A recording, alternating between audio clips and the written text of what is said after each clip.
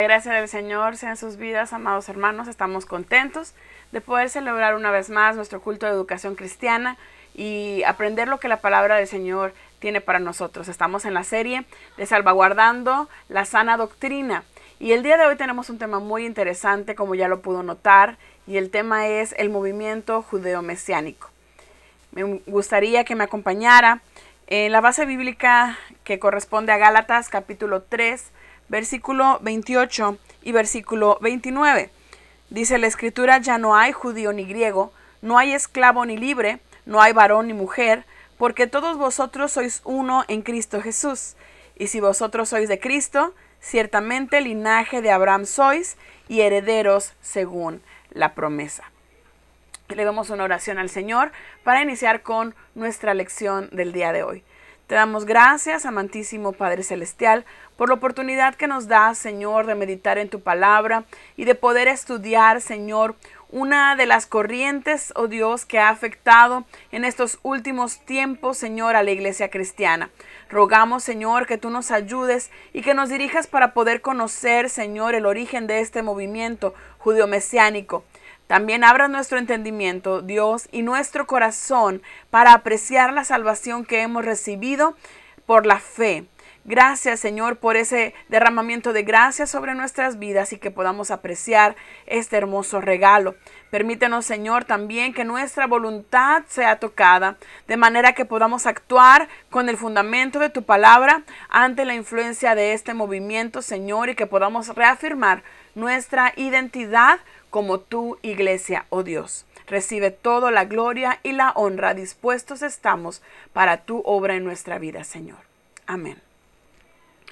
Quiero llevarlo a imaginar por un momento. Yo sé que algunos de ustedes participaron de nuestra primera reunión dominical el pasado domingo, valga la redundancia, y participaron algunos de ustedes de nuestra primera reunión después de todo este tiempo de pandemia. Pero imagine usted que no ha asistido a la congregación o que no ha ido a la iglesia. Imagine por un momento que cuando usted llega al templo, en lugar de saludarle y de decirle Dios le bendiga, le dicen Shalom. En lugar de referirse a Jesús, a nuestro Salvador como Jesús, le dicen que ya no mencione más el nombre de Jesús y mencione Yeshua, porque este es el nombre en el hebreo. Y en lugar de dirigirse al pastor como pastor, ahora usted tiene que llamarlo rabino. Imagínese que en este nuevo ingresar al templo, antes de iniciar la alabanza, que por cierto es diferente a la que usted ha escuchado siempre en la congregación, ahora vamos a entonar alabanzas o música de David. Y antes de que inicie esa alabanza, el hermano Eleazar Jaramillo Reyes toma en sus manos una especie de cuerno y empieza a tocarlo con el propósito de que los aires sean liberados y usted puede entregar una alabanza a Dios como corresponde. Este instrumento se llama shofar.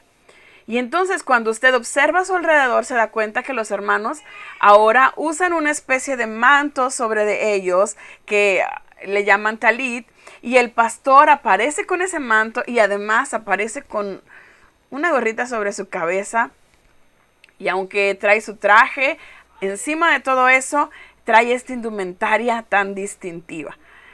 Esa cruz que estaba ahí como un elemento ornamental en el templo, ahora es quitada y en su lugar es puesto un candelabro muy interesante, su forma que usted puede observar tal como está en la imagen. Sin duda alguna usted pensaría, me equivoqué de templo. Esta no es mi iglesia, el Divino Salvador. Porque usted sabrá que estas no son nuestras costumbres y que esta no es nuestra forma de adorar a Dios. O una de dos, o me equivoqué de templo, o definitivamente cambiaron tanto esta cuarentena que estamos irreconocibles. Esas expresiones, hermanos, que acabo de mostrarle, son características del movimiento judeo-mesiánico. Pero, ¿por qué hablar de este tema en nuestra clase de educación cristiana? No solamente porque el expositor así lo marca, hermanos, sino porque es un peligro para el cristianismo este movimiento. ¿Por qué lo decimos? El peligro no está o no reside únicamente en las formas que promueve, como la alabanza davídica que le llaman, o la música davídica, o los símbolos, ¿verdad? Como símbolos judíos, como el menorá que mencionábamos hace un momento, o la indumentaria. Deje usted, eso es lo de menos. Sino las doctrinas, hermanos, que socava, las doctrinas cristianas que como iglesia nosotros fundamentamos en la palabra, esas doctrinas que este movimiento, hermanos, tergiversa, y que nosotros como cristianos debemos, hermanos, mantener una firme adhesión al evangelio que hemos recibido. Por eso, hermanos, es que nosotros vamos a considerar primero el origen de este movimiento. Este movimiento, el movimiento judeo-mesiánico, o el judaísmo mesiánico, algunos agregan renovado, se originó en 1960 bajo la iniciativa de Moshe Resen y Martin Chernov. Estos dos personajes, hermanos, eran judíos que habían aceptado a Cristo en su corazón, que habían reconocido a Jesús como su Salvador y creían firmemente que Jesús era el Mesías que había sido prometido por el Padre para salvar a la humanidad. Rosen fundó el movimiento Judíos para Cristo, convencido de que podía atraer a los judíos si veían a los protestantes vestidos con indumentaria judía. El propósito entonces por el cual se origina este movimiento es un propósito evangelístico. Se crea pensando en ganar almas para Cristo, en salvar y alcanzar a los judíos. Y decían, ¿cómo vamos a hacer entonces para alcanzar a los judíos? Vamos a empezar por que esas costumbres y tradiciones judías se traigan, y que cuando vean a un cristiano protestante vestido con indumentaria judía les va a llamar la atención, y ahí les vamos a poder presentar a Jesús como el Mesías. Un motivo muy sano, hermanos. Sin embargo, la metodología trajo un mayor daño, porque Chernov, el segundo personaje, se despegó tanto de la iglesia protestante que procuró consolidar aún más su identidad judía, más que su identidad cristiana. Y comenzó usando música denominada alabanzas davídicas. Luego empezó a abrir en lugar de templos sinagogas mesiánicas. Y la pregunta aquí es, ¿la estrategia evangelística funcionó? Déjeme decirle que la mayoría de las personas denominadas judeomesiánicas no son judíos, ni en su ascendencia, es decir, no vienen de descendencia judía, no son judíos en su nacionalidad, ni tampoco lo son en sus creencias. Entonces, hermano, la mayoría son cristianos que se enamoraron tanto de la cultura judía, que amaron tanto la historia del pueblo judío, que rechazaron su propia cultura, su propia, inclusive podríamos hablar de idioma, rechazaron su nacionalidad con tal de apropiarse y ahora autodenominarse judíos por la fe. El problema, hermanos, está en las doctrinas que promueven. Antes tengo que aclarar que hay mucha diversidad de corrientes dentro del movimiento judío-mesiánico, del judaísmo mesiánico. Pero las principales, hermanos, y extractos precisamente de páginas que se denominan así, es que yo presento la información que ahora usted puede ver en pantalla. Primero, la afectación que tiene este movimiento a la teología. Dentro de estas diversas corrientes, hermanos, de judíos mesiánicos, algunos rechazan la doctrina de la Trinidad. ¿Y por qué digo algunos? Porque hay quienes, hermanos, con el primer interés, ¿verdad?, solamente practican, o sus prácticas se limitan a la alabanza, a las expresiones litúrgicas, al culto, pero en la teología o en la doctrina se mantienen firmes al cristianismo, aunque en la liturgia y en los ornatos y la indumentaria parezcan judíos. Sin embargo, la mayoría, hermanos, de los denominados judíos mesiánicos siguen estas creencias, como que rechazan la doctrina de la Trinidad, aceptando el concepto de un Dios en tres dimensiones. No hablan de tres personas, sino de tres partes de una persona. Yahvé Padre, Él solo no es del todo Elohim. Yeshua, Él solo no es del todo Elohim. El Ruach HaKodesh no es del todo Elohim. Dicen, se necesitan las tres partes de Dios para que haya un Elohim. Ahí usted ya puede observar una primera afectación. Además, hermanos, ellos sostienen dentro del aspecto o de la doctrina o de la rama de la bibliología, consideran que el Nuevo Testamento fue escrito en hebreo. Ellos dicen no fue escrito en griego, sino que las diferentes traducciones eliminaron todo el contenido y las palabras hebreas, así que hay que regresar, dicen ellos, a los orígenes, y el Nuevo Testamento dicen ellos, fue escrito en hebreo.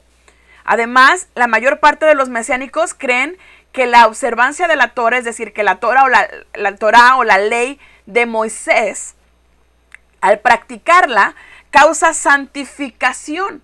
Así que dicen ellos, la santificación no se produce en la salvación por medio del sacrificio de Cristo y la obra del Espíritu Santo, sino que lo que nos santifica es practicar la ley o el Torah. Ellos dicen que durante 2000 años Elohim estuvo casado con Israel, dejando la ley en piedras, la ley de manera externa, dicen ellos, en piedras, como estilo de vida para salvación del alma. Adonai se hizo carne en Yeshua o en Jesús, que Jesús es la ley caminando, dicen ellos, y Él es el prototipo de lo que nosotros tenemos que hacer. Así que es interesante, hermanos, observar ya las afectaciones a la bibliología. Dentro de la cristología, algunos han dejado de reconocer a Jesús como Cristo, y diferenciando la adoración que se le da a Jehová a la que se le rinde a Jesucristo, a quien llaman Yeshua. Pero además no le llaman Salvador, sino que le llaman el Rabino Yeshua. Tras su muerte, dicen ellos, Jesucristo o Yeshua está dentro del creyente por medio del Espíritu. Esto no hay diferencia, ¿verdad? Lo que nosotros creemos. Para orar al Padre, pero sobre todo ellos dicen, el fin del Espíritu Santo o el fin del Espíritu de Yeshua a través del Espíritu es que se pueda cumplir la ley. Es Yeshua quien nos hace capaces de cumplir la ley. Ese es el problema. Dentro de la escatología, hermanos, ellos consideran que los santos o los creyentes van a pasar por la gran tribulación y que para poder soportarlo necesitan a Yeshua. Hay una afectación también a la doctrina de la neumatología, porque ellos consideran que se debe ser restaurado el don y el oficio de profeta, así como el hablar en lenguas. Dicen ellos que durante la gran tribulación el único don que estará vigente será el don de profecía. Pero quizá, hermanos, la mayor afectación de este movimiento es la afectación a la eclesiología, a la rama de la teología que habla acerca de la iglesia, de su identidad y sus prácticas. Ellos dicen que el pueblo santo de Dios es la unión del judaísmo tradicional y el judaísmo mesiánico, donde los creyentes, judíos o gentiles, cuando consideran a Yeshua como su Mesías, pasan de ser ante los ojos de Dios de ser gentiles en el caso de que no sean judíos, o en caso de que sean judíos tradicionales. Ambos pasan a ser ante los ojos de Dios judíos renovados. Así entonces, según Romanos 11, 17 al 19, dicen ellos, los gentiles son injertados en el árbol judío. Creen que el judaísmo mesiánico y el mesianismo renovado están restaurando todo lo que ha sido robado de la identidad de los santos. Desde las traducciones de la Biblia hasta, dicen ellos, la verdadera religión del rabino Yeshua. Dicen ellos, tenemos que regresar al contexto cultural, al contexto idiomático y al contexto teológico en el cual Yeshua vino y murió por nosotros. Dicen, si Yeshua se presentó en una cultura judía, nació siendo judío, habló el idioma judío, entonces todos sus seguidores tienen que practicar lo mismo. Según ellos deben celebrarse anualmente 3 fiestas solemnes. Como un judío tradicional, ellos se rigen por el calendario judío. Y dicen ellos, entonces hay 3 fiestas que todo judío mesiánico debe considerar: la Pascua, el Pentecostés y la fiesta de los tabernáculos o de las cabañas. Esas son celebraciones anuales y consideran una celebración semanal, y esta celebración es el sábado o el sábado. Y entonces, hermanos, no existe una Santa Cena, sino una Pascua o Pesaj. Y esta no se celebra cada que el pastor quiere, o cada que la iglesia lo demande, o que la iglesia lo requiera, sino cada año, una sola vez al año. ¿Por qué? Porque conservan las tradiciones judías. Y entonces entendemos por qué se les llama judíos mesiánicos, porque mantienen el judaísmo, las prácticas judaicas, pero creyendo que Jesús es el Mesías. Pero es interesante notar que este Mesías, aunque nos muestra cómo caminar, nos muestra cómo andar, es la promesa que Dios había dado, trae un cierto aspecto de liberación, pero seguimos necesitando de practicar ciertas ceremonias y ciertas tradiciones judías. Otra de las afectaciones, hermanos, a la eclesiología es que los símbolos que tradicionalmente han sido identificados como cristianos, uno de estos ejemplos es la cruz, son rechazados y dicen, esas son símbolos paganos. La cruz existía antes del cristianismo, aunque en el cristianismo toma su sentido y su relevancia. Ahora, hermanos, dicen, esos son símbolos paganos y deben de ser sustituidos por la estrella de David o por el candelabro de 7 brazos. Y entonces, hermanos, encontramos ahí la imagen que usted puede observar, es uno de los símbolos considerados como símbolos judío-mesiánicos, el candelabro y el pez, que es característico del cristianismo en superposición. Creen que los santos no pueden ser poseídos por espíritus demoníacos en su espíritu, porque al igual que nosotros creen en que el ser humano es un ser tripartito, es decir, está compuesto por cuerpo, alma y espíritu. Pero dicen que el creyente o los santos no pueden ser poseídos por un demonio en el espíritu, en su espíritu, pero que sí pueden ser poseídos en la carne o que sí pueden ser poseídos en su alma. También, hermanos, creen que en aspectos litúrgicos como las danzas judías, con panderos, con banderines, en el uso del shofar para liberar los aires, que estos son característicos, hermanos, y observamos mucho en este movimiento, y consideran que la música que a Elohim le agrada, porque no hablan de Dios, porque inclusive Dios es un término pagano, dicen ellos, un término que hace referencia a un ídolo, pero la música que a Elohim agrada es la música davídica o la música de David. Consideran entonces que es estrictamente necesario restaurar la semántica y que en lugar de hablar de Dios tenemos que hablar de Elohim, en lugar de hablar de Jesucristo tenemos que hablar del rabino Yeshua, en lugar de referirnos a él como Cristo, que es un vocablo griego, tenemos que hablar de él como el Mesías. En lugar de referirnos a Juan tenemos que hablar de Yohanan. En lugar de hablar del Nuevo Testamento o del Nuevo Pacto, tenemos que hablar del Pacto renovado. El Antiguo Testamento no es Antiguo Testamento, sino es el Tanaj.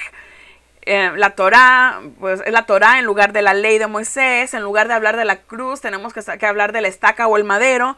En lugar de hablar de iglesia, tenemos que referirnos a la congregación mesiánica. En lugar de hablar del apóstol Pablo, tenemos que referirnos al rabino Shaul.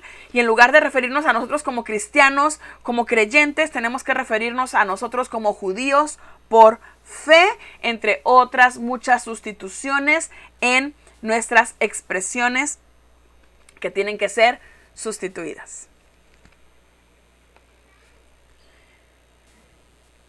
¿Qué es lo que dice la Biblia, hermanos? Es demasiado, ¿verdad?, para refutar en este breve tiempo que nosotros tenemos, pero de los puntos más relevantes me gustaría mencionar. Dijimos, surgió este movimiento como un interés para evangelizar a los judíos. Pablo, el apóstol Pablo,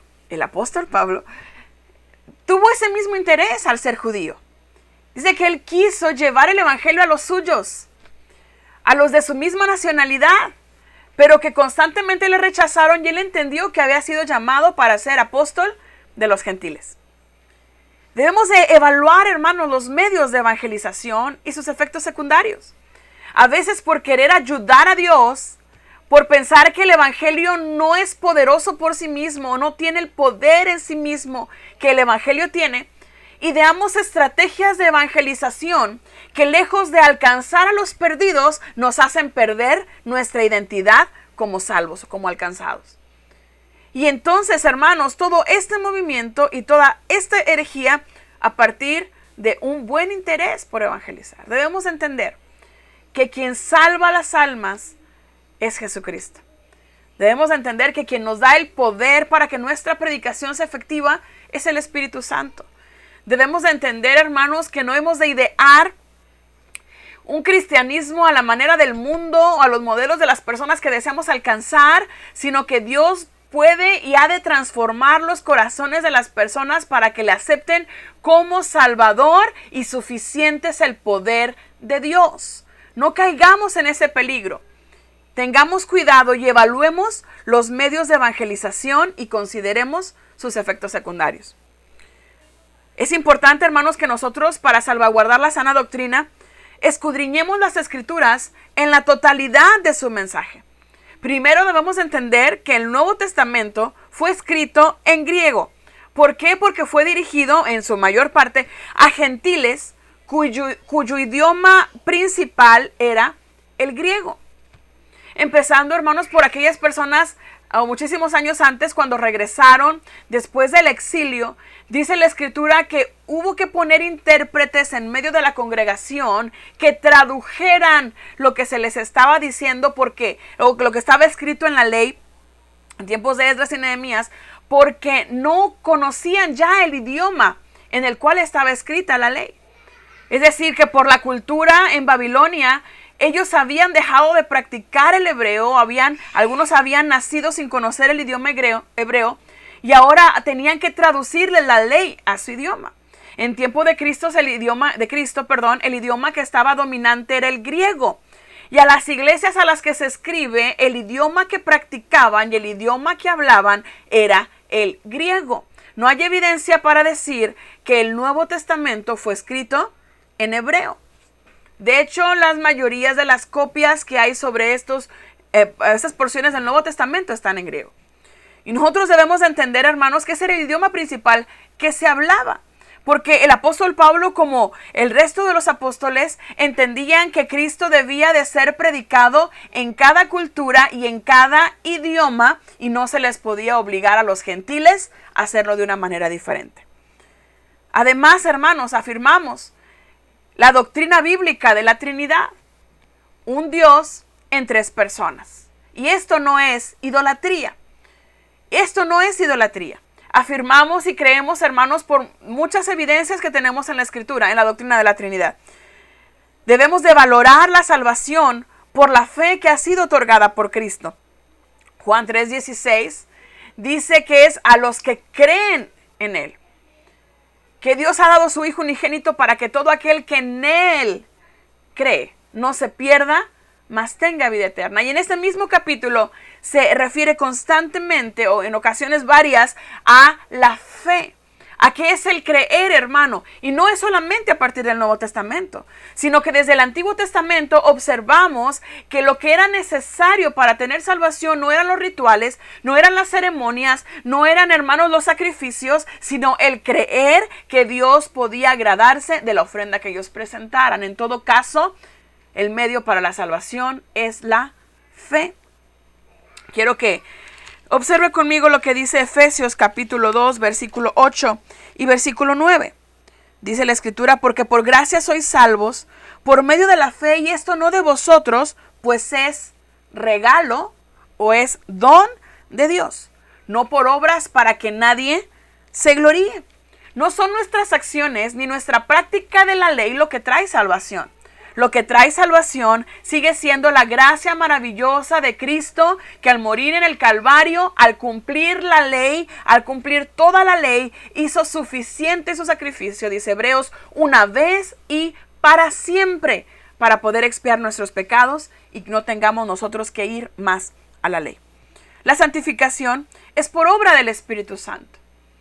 Elementos de santificación, el Espíritu Santo y la palabra de Dios. Pero no es, hermanos, nuestras acciones, sino es el Espíritu Santo el que nos santifica. La santificación sigue siendo una obra de Dios.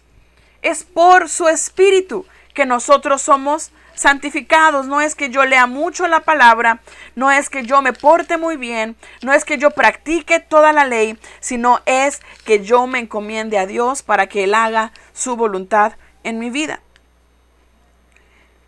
Dice la Escritura que este es el espíritu de santidad. El Espíritu Santo es quien provee, quien otorga y quien da santidad. Además, la Escritura dice, hermanos, que en Santiago 2, 14 al 17, no es que Santiago esté diciendo que es necesaria las obras para que nosotros podamos ser salvos o decir que somos salvos, sino que lo que Santiago está diciendo es que las obras son testimonio de la salvación que ya hemos recibido. Así entonces, en Santiago capítulo 2, versículo 14 al 17, cuando Santiago dice, muéstrame tu fe sin obras, ¿de qué aprovecha? Dice, así también la fe, versículo 17, así también la fe, si no tiene obras, es muerta en sí misma. Versículo 18, pero alguno dirá, tú tienes fe y yo tengo obras, muéstrame tu fe sin tus obras y yo te mostraré mi fe por mis obras. Lo que Santiago está diciendo es que la salvación produce un testimonio en nuestras obras. No es que lo que yo hago me trae salvación, no es que el apegarme a ciertas demandas produce en mí algo, sino ahorita vamos a ver más adelante cómo es que se refieren los apóstoles a esa ley o a lo que ellos han estado practicando como judíos, sino que cuando usted es salvo, hermanos, de manera natural, el Espíritu Santo va produciendo en nosotros por la comunión con Él un testimonio que hace evidente que somos salvos. Y entonces nuestras acciones no son como antes, sino que nuestras acciones marcan la diferencia y testifican de la salvación que hemos recibido. Pero en ninguna manera lo que yo hago puede santificarme. Semanalmente, hermanos, nosotros celebramos la resurrección de Cristo. No celebramos el sábado. No celebramos, hermanos, lo que está establecido en la ley, porque nosotros no estamos ya más bajo la ley. Lo que celebramos es la resurrección de Cristo, que nos garantiza a nosotros que algún día también resucitaremos. La resurrección de Cristo, donde le coronamos como nuestro Señor, como nuestro Salvador, como aquel que ha vencido la muerte. Y tal como lo hacía la iglesia primitiva y lo testifica la Escritura en Hechos 27, 1 Corintios 16:1, ellos se reunían el primer día de la semana. Y ese primer día, en conmemoración a la resurrección de Cristo, sigue siendo, hermanos, el día domingo. Debemos de considerar, hermanos, lo que dice la Escritura. Celebramos nuestra salvación. Celebramos la victoria sobre la muerte. Celebramos, hermanos, que ya hemos sido liberados de la esclavitud. Mire lo que dice Hechos, capítulo número 15, versículo número 10. Y este pasaje, hermanos, de Hechos, capítulo 15, versículo 10, hace referencia a el concilio de Jerusalén, donde se debate, hermanos, si hay que obligar a los gentiles que se han convertido a Cristo a circuncidarse y a practicar el judaísmo, o a practicar todo aquello que los judíos practicaban. Y entonces, después de un debate, hermanos, se llega a una determinación y una conclusión que usted conoce. Pero quiero que observe lo que se dice aquí, hermanos, respecto a la práctica. Dice, permítame leer del versículo 6. Y se unieron los apóstoles y los ancianos para conocer este asunto, y después de mucha discusión, Pedro se levantó y les dijo, varones hermanos, vosotros sabéis cómo ya hace algún tiempo que Dios escogió que los gentiles oyesen por mi boca la palabra del evangelio y creyesen. Un ultrajudío como Pedro. Y Dios, que conoce los corazones, les dio testimonio dándoles el Espíritu Santo, lo mismo que a nosotros. Y ninguna diferencia hizo entre nosotros y ellos, purificando por la fe sus corazones. Por la fe sus corazones. Ahora pues, ¿por qué tentáis a Dios poniendo sobre la cerviz de los discípulos un yugo que ni nuestros padres ni nosotros hemos podido llevar? Antes creemos que por la gracia del Señor Jesús seremos salvos de igual modo que ellos. Los mismos apóstoles, los mismos judíos dicen, es imposible llevar este yugo. Ni nuestros padres, ni nuestros ancestros, ni nuestros antepasados han podido llevar ese yugo. Nosotros no hemos podido llevarlo. ¿Por qué queremos obligar que los gentiles también lo lleven? Y ratifica Pedro, es por Jesús que seremos salvos. De manera inversa dice, no es por la ley, no es por el judaísmo, no es por las prácticas de la ley, sino es por Jesús que seremos salvos. En Gálatas, capítulo número 5, versículo 1. Permítame leer, hermanos, la exhortación que el apóstol Pablo hace a la iglesia de Galacia, que estaban precisamente siendo tentados a esto. Los judaizantes, hermanos, que hacían y decían a la iglesia, si usted observa, este es un movimiento denominado como tal, judío mesiánico, pero desde el tiempos bíblicos, hermanos, ya estaban estas corrientes circulando alrededor de la iglesia. Así que Pablo tiene que decirles en el capítulo número 5 a los Gálatas, estad pues firmes en la libertad con que Cristo nos hizo libres y no estéis otra vez sujetos al yugo de esclavitud. Pablo les dice, ¿por qué quieren esclavizarse otra vez? Con unas cadenas que no pueden llevar. ¿Por qué no permanecen firmes y libres en Cristo?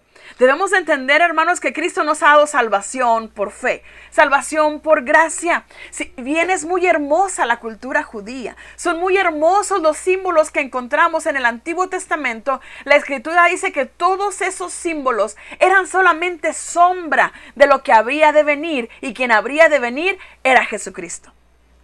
No tenemos necesidad, por más hermosa y bella que sea la simbología y la cultura judía, que esclavizarnos con yugos que no podemos llevar.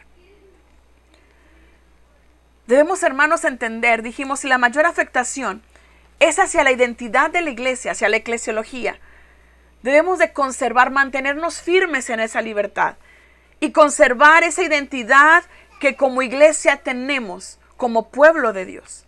En ese mismo pasaje de Hechos que leí hace unos momentos, en el capítulo número 15, cuando se toma la decisión y después de un debate arduo, deciden la iglesia no poner una carga más sobre los gentiles.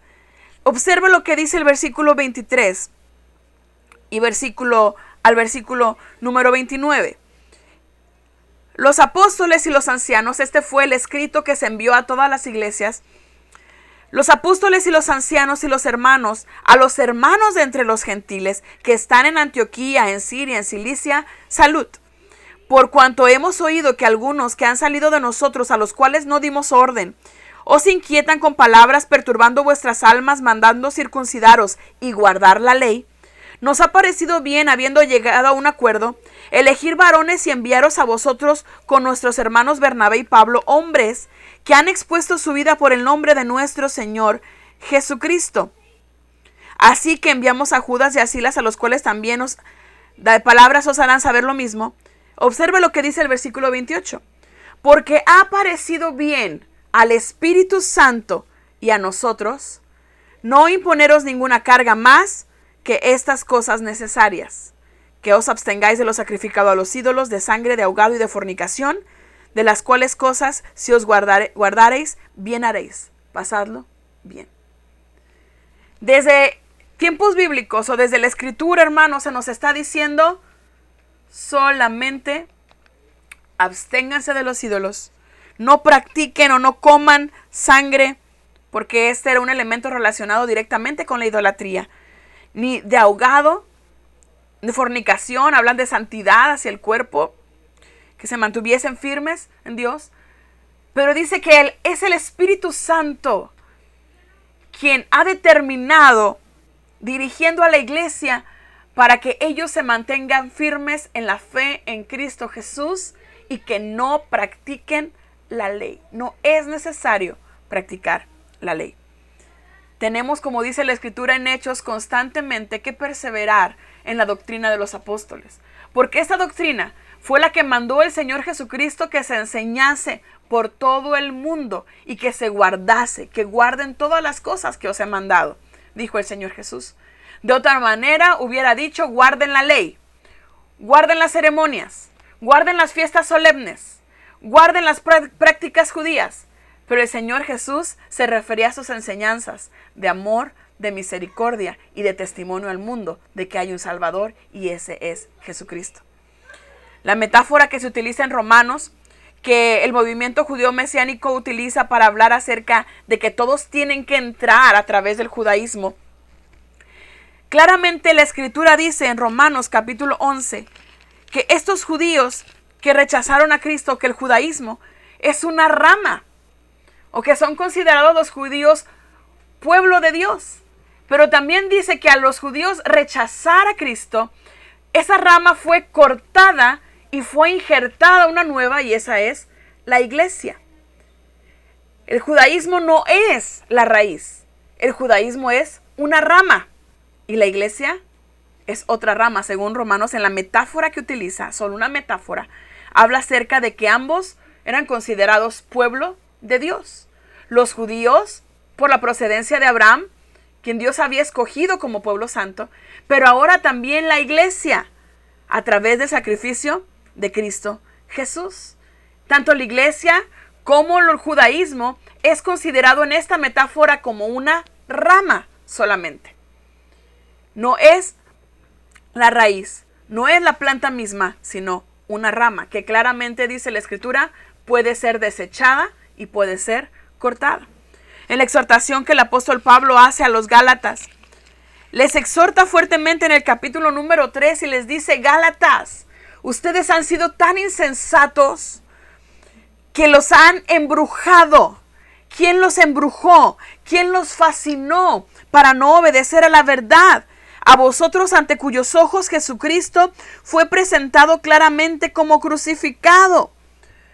¿Quién los enamoró tanto? ¿Quién los emborrachó? ¿Quién los embrujó para que dejen de creer en el evangelio predicado y enseñado respecto a Jesucristo y quieran regresar al pasado? Una vez más, es muy hermosa la cultura judía. Son muy hermosos sus símbolos, hermanos, pero no nos dejemos engañar y no nos embrujemos, no nos fascinemos con aquello que no nos corresponde a nosotros. En la epístola a los hebreos, toda la epístola a los hebreos, es un escrito a judíos, precisamente, que ya habían aceptado a Cristo y que estaban siendo tentados a regresar al judaísmo, a regresar a sus prácticas antiguas, anteriores. Y toda la carta a Hebreos es una carta para manifestar cómo Cristo cumplió con todo lo que la ley había establecido. Cómo Cristo es superior a todo y cómo en Cristo ya no es necesario regresar al judaísmo. Pero quizá el pasaje que más me impresiona es el capítulo número 10, versículo 39. Donde enfáticamente el escritor dice: nosotros, los creyentes, no somos de los que retroceden para perdición, sino de los que tienen fe para preservación del alma. Si tú regresas al judaísmo, si tú regresas a esas prácticas, para empezar, que no son tuyas, porque tú no eres judío, tú eres mexicano, y decimos nosotros orgullosamente con el nopal en la frente, si tú vuelves a eso, estás retrocediendo y estás llevando un yugo que para empezar es imposible que tú lleves. Pero a estos judíos les está diciendo, están retrocediendo, están yendo hacia atrás, están esclavizándose, están ustedes solos rechazando la salvación, están yendo en camino de perdición. Los que retroceden, dice la escritura a los hebreos, retroceden para perdición. Pero enfáticamente dice: nosotros, yo, con mi fe puesta en Cristo Jesús, permanezco firme. Yo tengo fe porque sé que la fe, la que trae la preservación del alma. Esto es la salvación. Cada cristiano, hermanos, es libre para para permanecer o preservar la cultura en la cual ha sido salvo. Siempre que no lleve a pecar. Siempre que nuestra cultura no denigre el nombre de nuestro Dios. Pero tal como Pablo presenta a Cristo en la cultura ateniense, en su cultura, en su idioma y en el concepto que ellos tenían acerca de que había un Dios al cual no estaban adorando y al cual no estaban glorificando. El apóstol Pablo en su cultura presenta a ese verdadero Dios y al Salvador, que es Jesucristo. ¿Qué es necesario, hermanos, para que seamos hechos hijos de Dios? Juan capítulo 1, versículo 11 al 12 dice que a los suyos, que eran judíos, vino. Pero los suyos no le recibieron, mas a todos los que le recibieron y a los que creen en su nombre, les dio potestad de ser hechos, no solamente pueblo, sino hijos de Dios. Nos dio esa enorme bendición de poder ser hechos legalmente hijos de Dios. Fuimos adoptados para ser suyos. Y dice la Escritura, es por el Espíritu que clamamos con libertad, Abba, Padre. No es necesario volver al pacto antiguo, pues todo el ritual levítico y sus elementos eran sombra y figura de lo que había de venir. Eran solamente elementos que iban a introducir aspectos tan profundos de la salvación. Pero el nuevo y mejor pacto nos ofrece un nuevo y sumo sacerdote, por medio del cual nos podemos acercar a Dios confiadamente y podemos recibir de sus bendiciones con tan solo creer en Él. Y esa fe en Cristo y ese creer en Él tiene el poder suficiente nuestro Señor Jesús para transformar nuestra vida entera, para cambiarnos y para darnos salvación. Debemos, hermanos, salvaguardar nuestra identidad como iglesia. Es lo hermoso y maravilloso de la iglesia, de la cual Pablo habla constantemente, que siendo tan diferentes, y la base bíblica que considerábamos al principio, que creyendo en Jesús ya no hay esclavo, no hay liberto, no hay judío, no hay griego, no hay hombre, no hay mujer. Todas las barreras, hermanos, son rotas y todas las culturas son incluidas. Cuando nosotros aceptamos a Cristo Jesús, la identidad de la iglesia es que somos tan diversos, de tantas culturas, y cuando antes éramos extranjeros, éramos desconocidos, ahora somos parte de la familia de Dios. Y qué hermoso es adorar a Dios, cada quien en la cultura en la cual ha recibido salvación y en el idioma en el cual ha recibido salvación. Sí, hermanos, lo que respecta al movimiento judío mesiánico, o si hay iglesias que practican solamente la alabanza, o usan shofar, o tienen panderistas, danzores, solamente como una expresión de alabanza, de adoración, eso es algo secundario. Quizá deberíamos de seguir el consejo de Agustín de Hipona. En lo fundamental tenemos que tener unidad. ¿Qué es lo fundamental? La doctrina. Si lo que difiere la doctrina, si se rechaza la Trinidad, si se rechaza la palabra del Señor como la tenemos ahora, si se rechaza, hermanos, la identidad de la iglesia, entonces estamos en error. Entonces debemos de tener cuidado. Entonces, hermanos, tenemos que afirmarnos en la fe que profesamos. Pero si son solamente aspectos secundarios, aspectos de adoración, entonces, decía Agustín, tengamos libertad. Dejemos que los hermanos adoren a Dios como ellos quieran hacerlo. Dejemos que el Señor sea glorificado en la expresión cúltica que cada iglesia determine hacerlo. En lo fundamental, unidad. En lo secundario, libertad. Pero en todo, que reine el amor. En todo, caridad o amor. Y ese amor se ha manifestado en Cristo Jesús. Elevemos una oración al Señor. Te damos gracias, Dios, por tu fidelidad, por tu bondad y por esa hermosa salvación que tú has traído hacia nuestras vidas. Gracias, Señor, porque hemos recibido este hermoso regalo, el regalo de la salvación. Porque te has revelado a nosotros, Señor, y nos has salvado en nuestra cultura. Y no nos pides nada más que confiemos en ti, que nos depositemos a ti, que creamos a ti, que permanezcamos tomados de tu mano y firmes a ti, Señor. Más allá de nuestro idioma, más allá, Señor, de nuestro lenguaje, tú nos has hablado a través del idioma del amor, de ti mismo, Señor, para que podamos permanecer firmes a ti. Que nuestra identidad como iglesia se mantenga firme. Que no anhelemos, Señor, y no nos enamoremos, Señor, de rituales y ceremonias que lejos de darnos la libertad que nos da tu Espíritu, nos atan, Señor, y nos hacen prisioneros, sino que podamos adorarte con esa libertad de saber que hemos sido amados, que hemos sido salvos y redentos por tu sangre, Cristo Jesús, y que tú nos das las palabras y que tú nos das el poder y que tú nos das, Señor, en nosotros produces el querer como el hacer para poder compartir tu palabra, para poder evangelizar y alcanzar a los perdidos. Tú haces efectivo, Señor, nuestro evangelismo, la predicación de tu palabra, y no necesitamos, Señor, más otra cosa más que confiar en ti y disponernos a tu voluntad y a tu deseo. Gracias, Dios maravilloso. Amén. Continuamos con nuestro servicio, hermanos.